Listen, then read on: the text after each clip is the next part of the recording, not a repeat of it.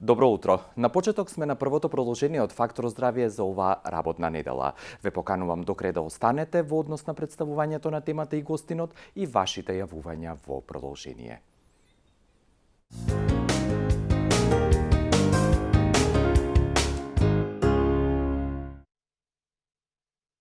Во рубриката Истражувањата докажаа ќе се повикам на статистичките податоци кои што заклучно со денешниот ден се однесуваат на пандемијата со заболувањето COVID-19.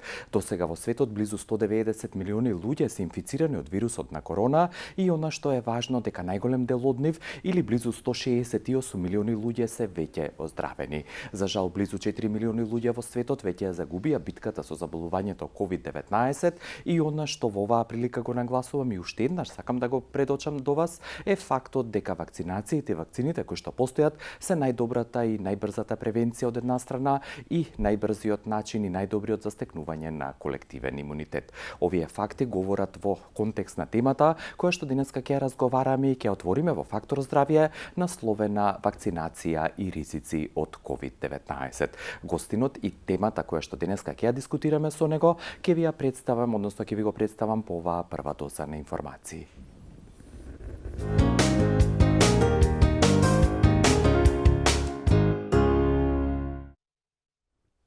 Поканата до вас е секако испратена во однос на следењето и вашите јавувања кои што ги очекуваме во продолжение, а темата насловена вакцинација и ризици од COVID-19 денеска во Фактор здравје ќе ви ја представиме преку разговорот со доктор Илчо Евковски, кој што е специјалист по медицина на труд од приватната здравствена установа Медика Центре од Тетово. Доктор Евковски, добар ден, добро дојдовте повторно во Фактор здравје. Како сте? Пред се вие и тимот во Медика Центре. Ви благодарам на прашањето. Добри сме за сега, се снаоѓаме. Да, благодарам. Летна. Да, што ја прифативте поканата и што ќе зборуваме токму за аспектите со вакцинацијата и уште повеќе со оние планови кои што следуваат од септември во однос на отворањето на училиштата и останатите образовни институции во државава. Благодарам уште еднаш за вашето присуство, а по паузата за реклами ве поканувам да останете до крај со Фактор здравје.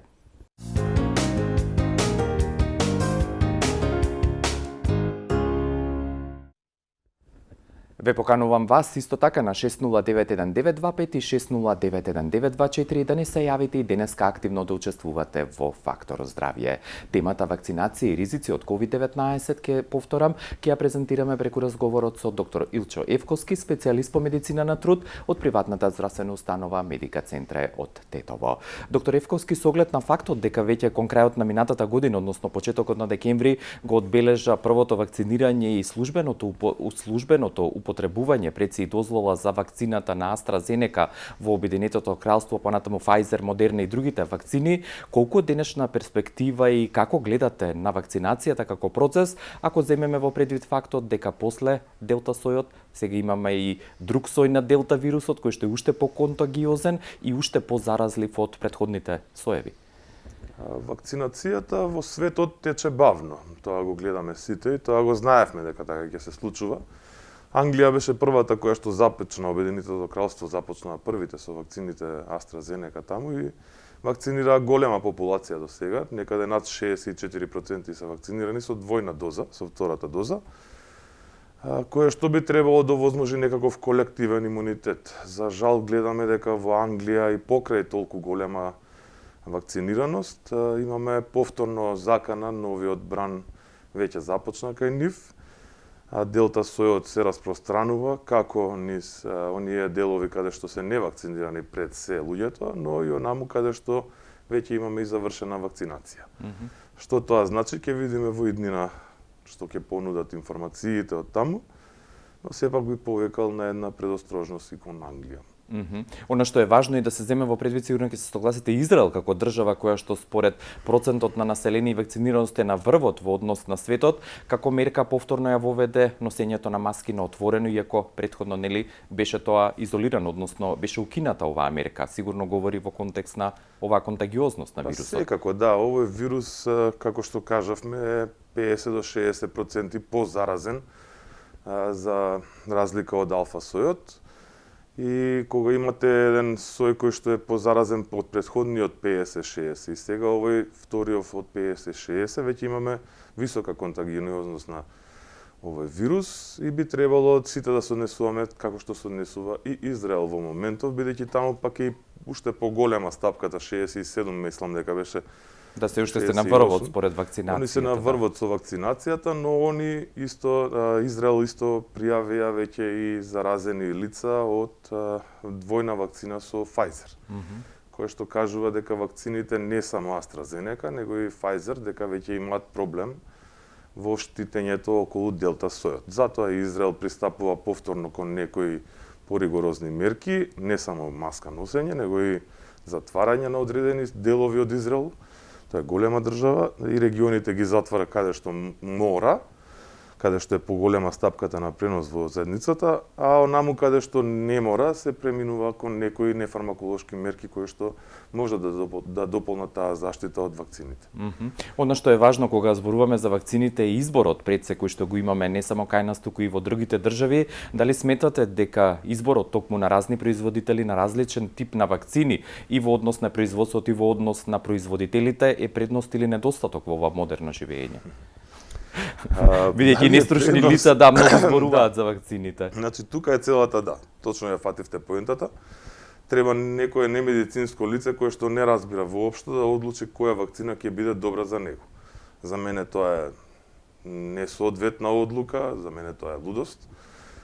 Преби рекол да државата си земе својот дел, својот удел, кои вакцини вршат работа за кое место, зашто вакцината не само што треба да се гледа од страна на ефективноста, него и од хоспитализациите и од смртните случаи, како што љубат да кажуваат во последно време дека ги намалила смртните случаи, но сепак ете во Индија направи еден голем, таму ниска процентот на вакцинација секако, но во Израел каде што е висок степен на вакцинација, повторно добивме со најефикасните вакцини да имаме таков бранд, да мора да се затвараат. Сепак сметам дека одлуката треба да се носи кон самата варијанта присатна на регионот, така направија во Јужна Африка, кога видоа дека AstraZeneca не врши работа на оригиналната AstraZeneca, дека само 10% го покира тој јужноафрички сој што беше закана за светот. Добро е што тој не се рашири. Таму премина уште во февруари, AstraZeneca испрати нов контингент на вакцини за да ја замени првичната вакцина, односно Значи модифицирана. Модифицирана, верзија во која што таа ќе може да се бори со јужноафричкиот сој. Така би требало и кон овие други соеви што се појавуваат да знаеме која вакцина точно штити кон кој сој. Зашто AstraZeneca примерно кон новата Делта варијанта штити некаде 60% ефикасност има. Pfizer се проценува на 88, но ова се првични податоци кои што не се најсигурни и најточни. Сепак е уште времето кратко за да може да кажеме точно се како прават ќе тие биде. испитувања и клинички студии. Веќе се најавени трети дози бустер. Шотови, тие бустер шотови не се ништо друго, него токму кон доминантната варијанта. Ако во моментов е Делта варијанта, ќе се однесува кон Делта варијанта тој. Значи наменски направени. Наменски ќе биде, кон. Имаме некого на линија да го вклучиме во Фактор здравје. Голем поздрав до вас, дали сте на линија? Ало, добар ден. Добар ден, господјо. Ајде, среќен ден и поздрав до најдобриот водител и Благодарам. до гостинот. Имам едно прашање до гостинот. Да, повелете, прашајте. Се работи за сопругот на 79 години. Добро. Во март прележа корона во полесна форма. Меѓутоа дидимерите му беа многу високи, 4000. Од тогаш примаше 2 недели клексан на сабајле и вечер, после една недела една дневно. Од тогаш на ксаларто од 15 милиграма. Сега тогаш после тоа се намалија за месец дена на 2500. Сега во петокот проверувавме и на трансфузија горе 3000 се. Дали он може да се вакцинира, бидејќи имаме закажано за вакцинација, утре ни е последен ден, дали може да се вакцинира или треба да го одложеме? Дали се доволни овие податоци? Да, секако. Благодарам за вашето јавување и повторно јавете ни се, господјо, и благодарам за комплиментите пред се и за вашата поддршка. Дедимерите се нешто кое што се следи на големо во оваа пандемија. Дедимерите ќе продолжи човекот да ги следи, ксарелтото ќе си продолжи сигурно да го пие 2-3 месеци. Трансфузиолозите ќе одредат дали тоа е така или не, дали има потреба од промена на терапијата околу антикоагулантната. Дали смее да прима, за сега нема кажано никој ништо дека не смее да прима ваков човек, вакво лице кое што било претходно болно во март, дека сега не смее да прима. Секако дека смее да прима вакцина според она што се достапни податоци, и таа вакцина кај него дури многу помал ефект ќе даде на здравието на човекот. Таа би требало неговиот имунитет од прележаноста да земе да се избори многу побрзо со таа вакцина што ќе ја прими, освен МРНА, што е јасно дека е друг фактор таму. Да, значи утре има термин, како што кажа господјата, за сопругот и би требало да го искористи. А кога зборуваме за овие вакцини директно, претпоставувам дека според она што го кажавте, вие сте во предност, односно изборот на вакцини треба да биде предност за луѓето, но сепак одлуката што ќе се прими да биде... Да, кажавме да е крајна на државата, сепак државата треба да или знае она што е достапно во моментот. кои се ефективни вакцини за кој сој, што користиме. Дали треба да се достапни сите вакцини на луѓето да избират, кажав, тоа е сепак политика и став политика на и став државата. Да. За да се привлечат луѓето повеќе да има помасовна вакцинација, сметам дека треба да има. Но сепак треба да биде одредено од државата кои вакцини ќе ги даде во палетата. Така да ако сега дадеме, не знам, некоја вакцина која што не е ефективна, како ете, например, за јужноафриканската варијанта, да ни дојде тука, а ние даваме AstraZeneca од првичната, нема да завршиме никаква работа. Она што е важно дека делта сојот на коронавирусот беше детектиран и во нашава држава, така што повторно оди во прилог тоа да се вакцинираат луѓето како најбрз и наједноставен начин за превенција, но избегнување на ризикот и компликациите од COVID-19, дали веќе тоа е и со факти докажано дека лицата кои што се вакцинирани не развиваат тешка клиничка слика и не се хоспитализирани? За сега од она што го имаме од Англија и од Израел и од Америка како едни од водечки вакцинирани нации, држави, е дека смртноста опаѓа. Хоспитализациите за жал не опаѓаат, но смртноста опаѓа.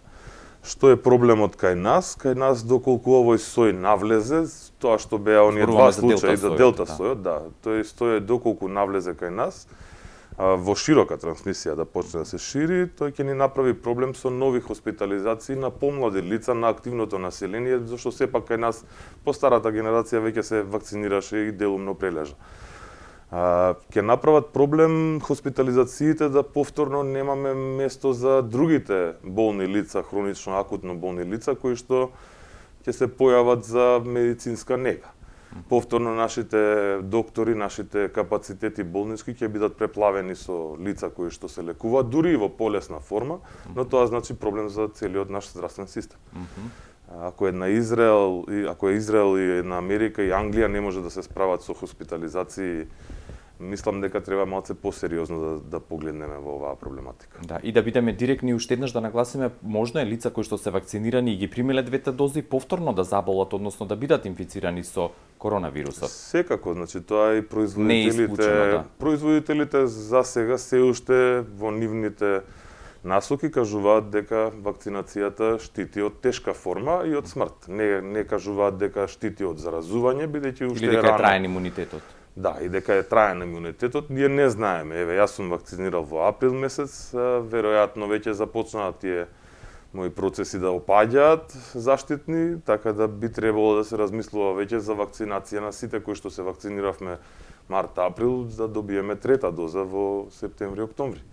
Значи тоа е една од препораките и тоа е светската, препорака да се бустира имунитетот повторно, но тоа треба да разбереме дека е проблем сега да го изведеме со остатокот од државата.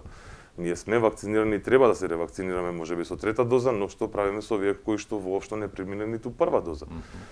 Така да ќе треба да се направи од старт, повикувам да се направи приоритизација кој треба да прими вакцина, кои се тие ризични групи на граѓани кои што треба да ги заштитиме со оваа вакцина, за да може да се пристапи понасочено, побрзо во процесот на заштита на населението. А што е со оние антиваксери, односно лица кои што одбиваат да примат вакцина? Каков е вашиот став? Тоа е нормално нивно право, но? Видете, за сега вакцината е лично право, оставена е да е по слободен избор.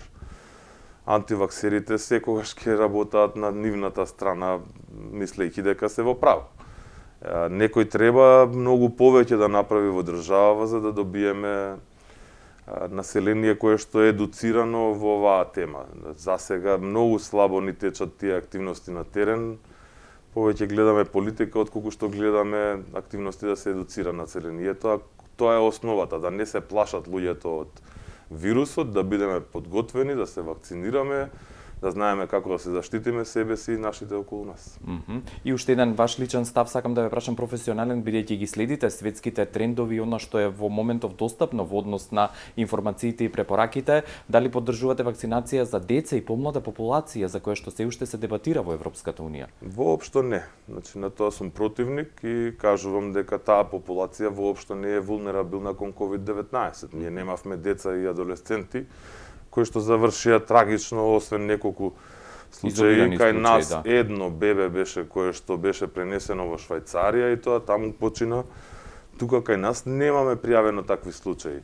Зошто би се вакцинирале децата, не разбирам, кога се зборува дека тоа би намалило, би створило некаков колективен имунитет, но не ја гледам на вистина поентата, децата секако ќе станат само асимптоматични преносители, бидејќи кажавме, вакцината не штити од заразување, не штити 100% од заразување, таа штити секоја вакцина различно, но дека имаме толку сигурност да ги вакцинираме децата со нова вакцина, малце би требало да преминеме кон наука, а не кон пазарот. Јас цело време на тоа потенцирам. Фармакологијата и производителите ќе си ги тераат своите бизниси. Ние не треба да подлегнеме под нивните влијанија. Ние треба да ги извадиме научните докази кои се и според тоа да одлучиме дали ќе има потреба воопшто да се вакцинираат децата или не. Да, ви благодарам за овој прв дел од разговорот. Следува втората пауза за реклами, пауза по која што ќе ја продолжиме денешната тема вакцинација и ризици од COVID-19 со вашиот и мој гостин доктор Илчо Евковски, специјалист по семејна медицина.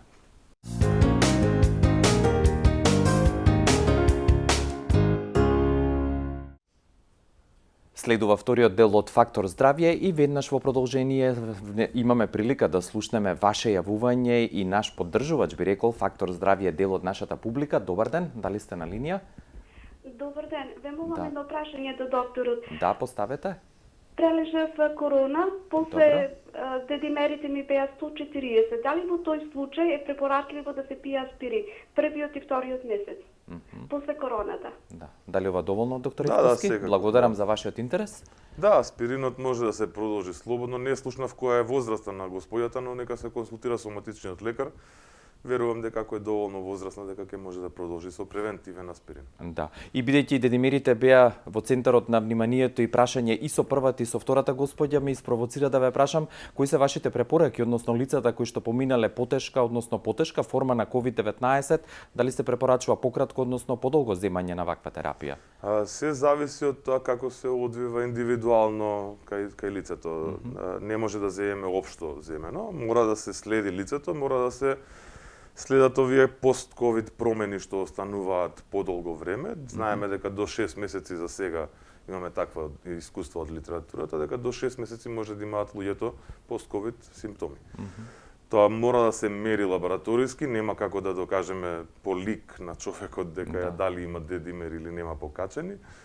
Сепак соматичните би рекол да бидат поажурни малце и трансфузиолозите да си ја одредат терапијата понатаму. Да. И разговорот би го насочил во однос на оние мерки кои што веќе се кај нас целосно олабавени, односно живееме во некоја си нормалност која што беше карактеристична пред пандемијата. Колку за вас и какви се ризиците и опасностите пред се на лицата кои што се работоспособни, здрави, но и оние кои што имаат коморбидитети или хронични заболувања? Но имам уште едно јавување, може да го слушнеме и ќе одговорите на моето прашање. Добар ден.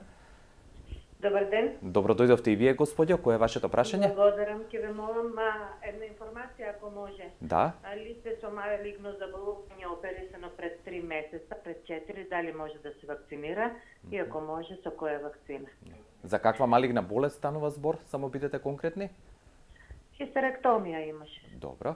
Дали ова доволно, доктор Евковски? Ако е отстранато целосно и ако е завршена терапијата, би требало да може слободно да прими лицето, но сепак треба да се консултираат со онкологот околу терапијата, не знам што се случува понатаму со лицето, дали тоа е Мислам дека сме, но сепак нека се Крајниот збор и каква вакцина, нели, од кој производител? Така, да. Вакцината е таа што ќе ја имаме. Да, благодарам господјо за вашиот интерес и да се вратиме на прашањето во однос на работните места, работоспособните лица здрави, но и оние кои што имаат коморбидитети. Какви се нивните ризици без оглед дали се или не се вакцинирани? Видете, во моментов ние сме во некоја зелена фаза на земјата, така се нарекува, кога немаме широка трансмисија и немаме толку многу активни случаи. Тоа е добро за нас и во оваа фаза, додека сме лето, тоа највеќе ни го овозможува отворениот простор, можеме да се дружиме, да се забавуваме и сите останати активности дневни да се спроведат. Проблемот ќе дојде во есенско-зимскиот дел. Тогаш ова активно население кое што е слабо вакцинирано, а се уште се движи низ заедницата, ќе почне да социализира и да работи во затворени простори, каде што нашата заштита е многу лоша. За сега ние се уште немаме ниту еден протокол кој што се однесува на, мислам, во самите протоколи да се однесува нешто специфично околу заштитата од респираторни вируси.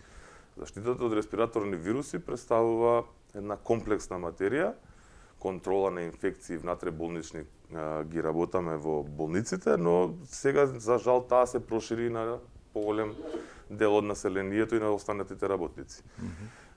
Би требало да се сконцентрираме околу подобрување на квалитетот на самиот воздух во просториите затворени, каде што ќе се сконцентрираме на вентилацијата и на филтрацијата на воздухот. Кога ќе имаме здрав воздух за дишење, кога аеросолите со вируси нема да бидат присутни околу нас, ние можеме да поминеме подолго време таму, односно да работиме или да учиме или како и да е да шопингуваме. Тоа се однесува, предпоставам, и на вакцинираните и уште повеќе на оние кои што не се. За сите лица ова се однесува. Вакцинацијата во нашите заштитни мерки е поставена на крај. Значи, дури после личната заштитна опрема, како оваа N95 маска. А вакцинацијата е дополнителна мерка на заштита и не ја користиме единствена, него ја користиме како дополнување и исклучиво при употреба на сите претходни заштитни мерки. Значи како компатибилна, како само како синергистички, да, со сите овие други. Имаме уште две јавувања во овој следен блок. Добар ден до првото јавување. Ало, зборувате? Да, добар ден, ве слушаме. Кое е вашето прашање? Сакам да прашам дали лица кои што преживеале анафилактичен шок можат да се вакцинираат. Добро. Добро, благодарам за вашиот интерес и второто јавување во овој блок. Добар ден. Дали сте на линија и дали ме слушате? Ве поканувам повторно да се јавите 6091-925, односно 6091-924. Ова беше кратко и јасно прашање, но дали одговорот исто така краток? Вакцините, зависно од анафилактичниот шок каков бил и што бил. Значи, ако тоа е само еднаш во животов кој што не се повторил повторно, сомнителни случаи, знаеме дека пеницилинот на времето даваше други слични моменти на шокови, а уствари не беа тоа шокови. Би требало да се консултира сепак соматичниот, он ја знае историјата на болеста, историјата на овие шокови состојби кај лицето, доколку тоа дозволува, сигурно ќе му дадат и на него. Она што сакам да ве прашам во однос на мерките на предпазливост пред се на работните места е колку вие како специјалисти по медицина на труд сте вклучени и како здружение во крајна линија во сето она што Комисијата за заразни болести го препорачува? Воопшто не сме вклучени, се уште нема промена, се уште нема промена на теренот. Луѓето сметаат дека веројатно дека се доволно едуцирани за да одлучат за вакво нешто. Лично јас не би пристапил кон операција ако некој ми рече дојдете доктор сте вие и оперирајте тука, јас би се повлекол, би рекол јас не знам да оперирам. Како луѓето така си даваат самите можности да одговараат на нешта кои што не се за нив, не знам навистина. Се уште сме во таа фаза, ете стоиме, затоа и гледаме некои нови протоколи искочија околу образование, не знам дали ги погледнавте, но тие протоколи, како и претходните, се насочени генерално кон големите капки. Грешката е во фокусот наш, штом се штитиме од големите капки, ние не се штитиме од малите капки. При зборување се изфрлаат илјадници аеросоли од мојата уста, при зборување се изфрлаат само неколку големи капки. Сега замислете, вие треба јас да ви исплукам сите со тие големи капки да ве заразам. Кај нас тоа така се размислува иако големи заразувачки настани кои што се случија насекаде по светот, па и кај нас, каде што тие по 15, 20, 100 души се заразуваа, не може да постигнам да ги исплукам сите во тој ред, да застанат па и сите. Сигурно.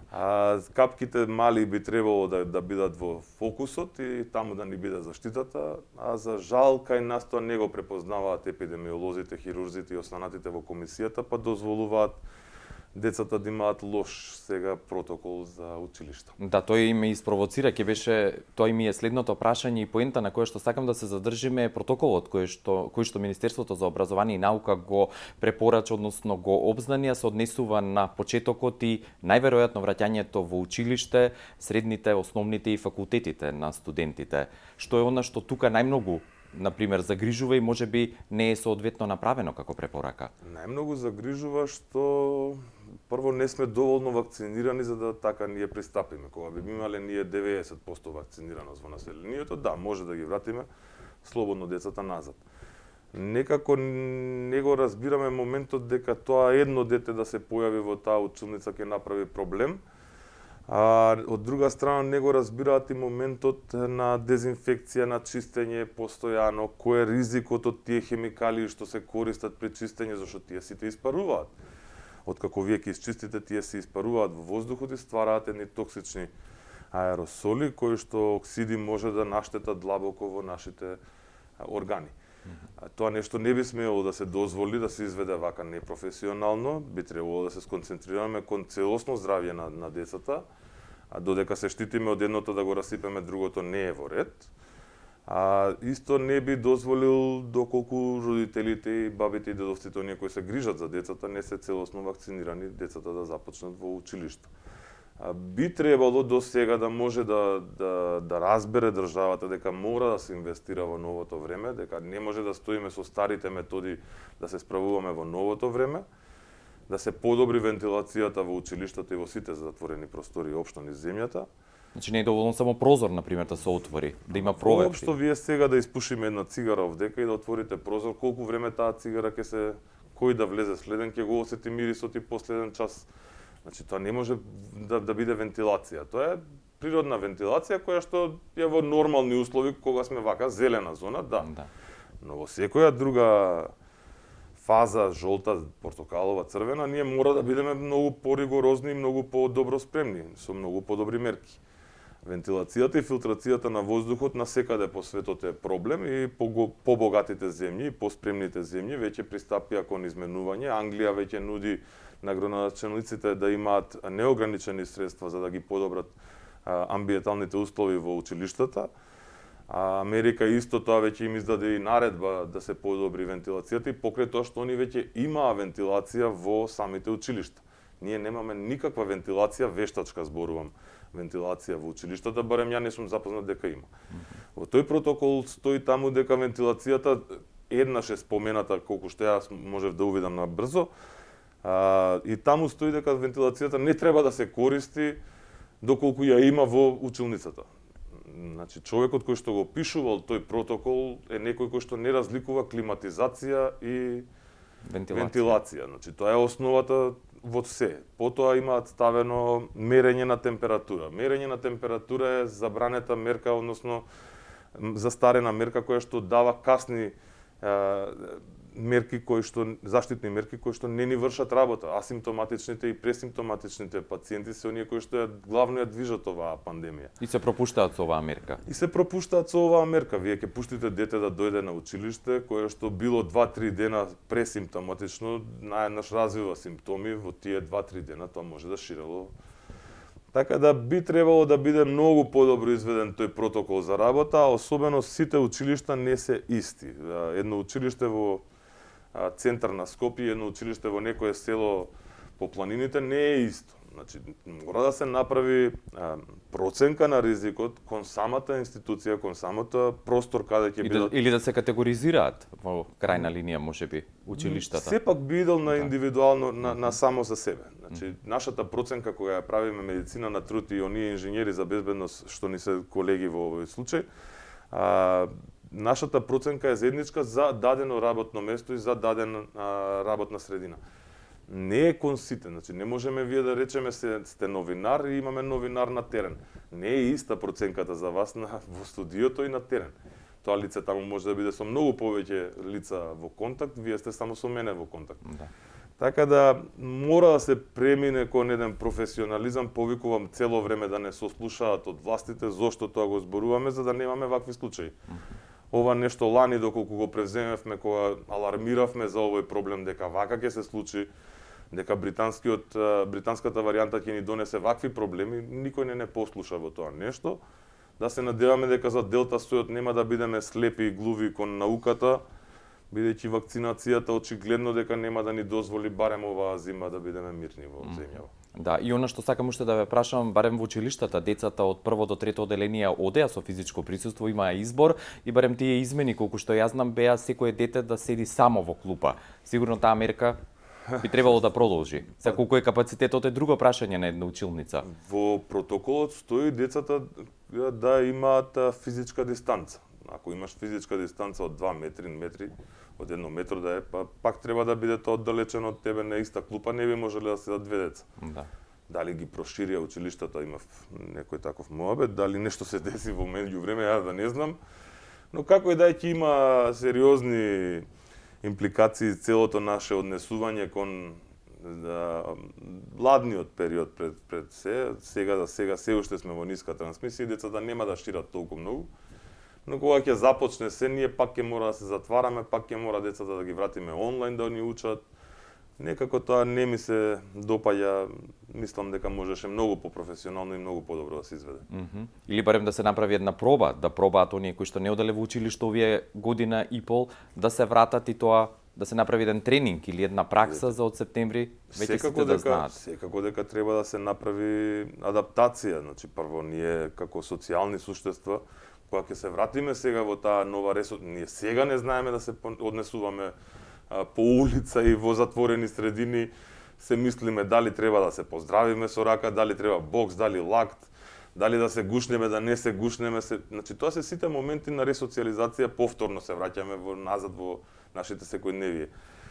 Како децата ќе реагираат на тоа да не можат да си го гушнат другарчето, да не може да се поздрават со другарчето, таму зашто е се забрането. Доколку ние ги преземеме сите други мерки, овие мерки ќе пропаднат, нема да има потреба да ги спроведувате. Зошто ние би му мереле на температура на секој дете? Зошто толку би се дезинфицирало? Не разбирам.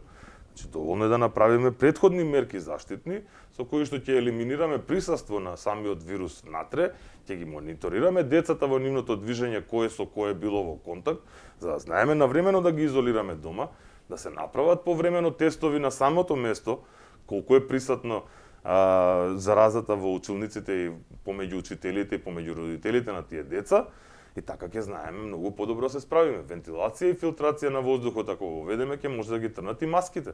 Така да децата може да се вратат комплетно во нормално учење, доколку ги преземеме сите мерки на заштита кои што треба да се превземат. Да, и само како паралела, дали тоа се однесува и на академската заедница, односно студентите и нивните професори? Секако, таму малку е поголема просторија, оној амфитеатар, каде што кубикажата на воздухот е поголема, па може би ќе бидат помали заразувањата, но од друга страна па имаат вежби кои што се најчесто во мали групи, кои што се блиски едни до други, каде што може да се пренесе. Така да исто останува за сите затворени простории. Тоа треба да се разбере. Затворените простории се секаде.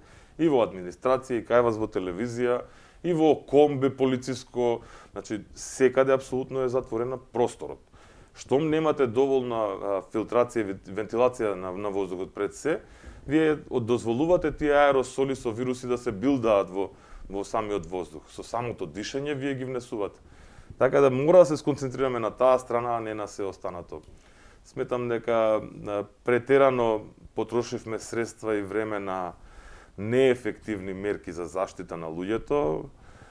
Споменавме дека децата идеа и газеа низ некаква течност за да може да влезат во училиштето или во градинката. Сега ги гледам запнале да се чисти постојано после секој час да има чистење во тој протокол, ако добро прочитав.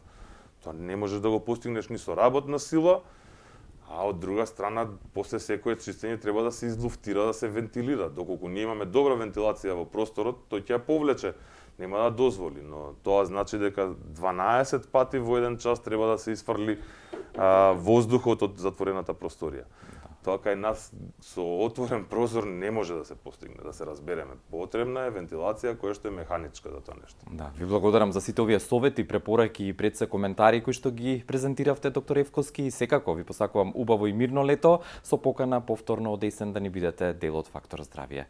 Ви благодарам на поканата. Благодарам многу и секое добро. Доктор Илчо Евковски, специјалист по медицина на труд, беше денешен гостин во Фактор здравје. Ви благодарам за вашето внимание и соработка и поздрав до утре во 9 часот и 15 минути. Пријатно.